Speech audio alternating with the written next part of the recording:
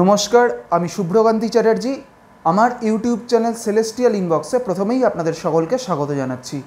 বর্তমান গ্রহগত অবস্থানের ভিত্তিতে আমাদের রাশিচক্রের একাদশতম রাশি অর্থাৎ কুম্ভ রাশির জাতক জাতিকাদের এই জুন মাস কেমন যেতে পারে, আজকে আমি সেই বিষয়ে কিছু কথা বলবো। প্রথমেই যেটা বলবো যে এই জুন মাসে আমাদের রাশিচক্রে কুম্ভ রাশির সাপেক্ষে কোন কোন গ্রহ কোথায় কোথায় অবস্থান করবে। প্রথমেই বলি যে এই মুহূর্তে কুম্ভ রাশির ওপরই রাহু অবস্থান করছে। কুম্ভ রাশির দ্বিতীয় অর্থাৎ মীন রাশিতে থাকছে শনি। কুম্ভ রাশির তৃতীয় অর্থাৎ মেষে থাকছে শুক্র।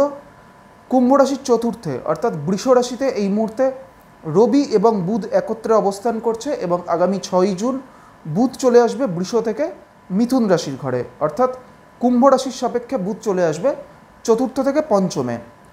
ঠিক একইভাবে আগামী 15 জুন রবিও চলে আসবে বৃষ থেকে মিথুন রাশির ঘরে, অর্থাৎ কুম্ভ রাশির সাপেক্ষে চতুর্থ থেকে পঞ্চমে।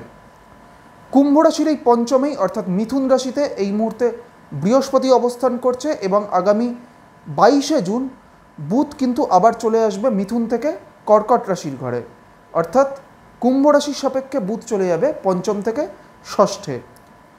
কুম্ভ রাশির এই ষষ্ঠে অর্থাৎ কর্কট রাশিতে এই মুহূর্তে মঙ্গল অবস্থান করছে এবং আগামী 7 জুন মঙ্গল চলে যাবে কর্কট থেকে সিংহ রাশির ঘরে, অর্থাৎ কুম্ভ রাশির সাপেক্ষে মঙ্গল চলে যাবে ষষ্ঠ থেকে সপ্তমে।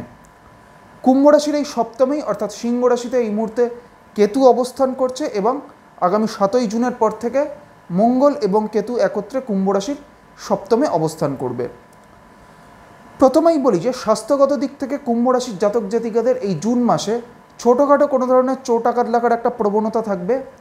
যাদের হাই ব্লাড প্রেশার রয়েছে তাদের ক্ষেত্রে এই সময়টা কিছুটা সতর্ক থাকতে হবে। এর পাশাপাশি কুম্ভ রাশির জাতক জাতিকাদের ক্ষেত্রে কিন্তু এই সময়টা ডাইজেস্টিভ কোনো প্রবলেম বা হজম সংক্রান্ত কোনো ধরনের সমস্যা ভোগারও একটা কিন্তু প্রবণতা এই সময় দেখা যাবে। কুম্ভ রাশির জাতক জাতিকাদের আর্থিক দিক থেকে এই জুন মাসটা কিন্তু খুব একটা অনুকূল সময় নয়। আর্থিক খরচের পরিমাণ কিন্তু কিছুটা হলেও এই জুন মাসে বাড়বে এবং এর পাশাপাশি কর্মজীবনের ক্ষেত্রেও এই জুন মাসটা কুম্ভ রাশির ক্ষেত্রে খুব একটা অনুকূল সময় নয়।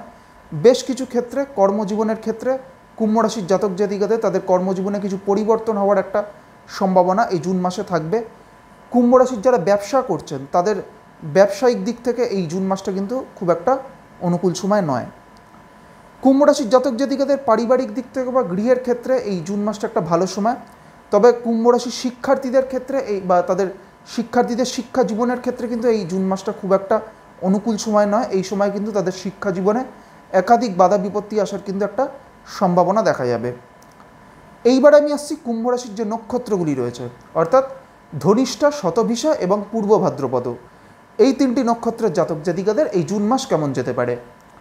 প্রথমেই আমি আসছি ধনিষ্ঠা নক্ষত্রের ক্ষেত্রে। ধনিষ্ঠা হচ্ছে আমাদের রাশিচক্রের 23 নম্বর নক্ষত্র এবং ধনিষ্ঠা হচ্ছে মঙ্গলের নক্ষত্র। এই ধনিষ্ঠা নক্ষত্রের শেষ 2টি চরণ রয়েছে কুম্ভ রাশির ঘরে। প্রথমেই বলি যে ধনিষ্ঠা নক্ষত্রের জাতক জাতিকাদের মূলত কিন্তু এই জুন মাসে স্বাস্থ্যগত দিক থেকে একাধিক সমস্যা আসার কিন্তু একটা সম্ভাবনা থাকবে। ধনিষ্ঠা নক্ষত্রের জাতক জাতিকাদের চোট আঘাত লাগার কিন্তু একটা প্রবণতা এই সময় দেখা যাবে। তাই ধনিষ্ঠা নক্ষত্রের জাতক জাতিকাদের হেলথের দিক থেকে একটা সামগ্রিকভাবে সচেতন কিন্তু এই জুন মাসে থাকতে হবে। ধনিষ্ঠার পর হচ্ছে শতভিষা নক্ষত্র। শতভিষা হচ্ছে রাহুর নক্ষত্র এবং শতভিষা আমাদের রাশিচক্রের 24 নম্বর নক্ষত্র।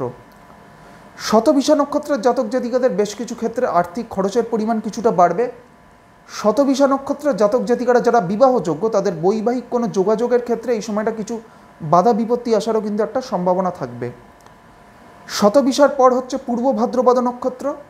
পূর্ব ভাদ্রপদ হচ্ছে বৃহস্পতির নক্ষত্র এবং পূর্ব ভাদ্রপদ আমাদের রাশিচক্রের 25 নম্বর নক্ষত্র।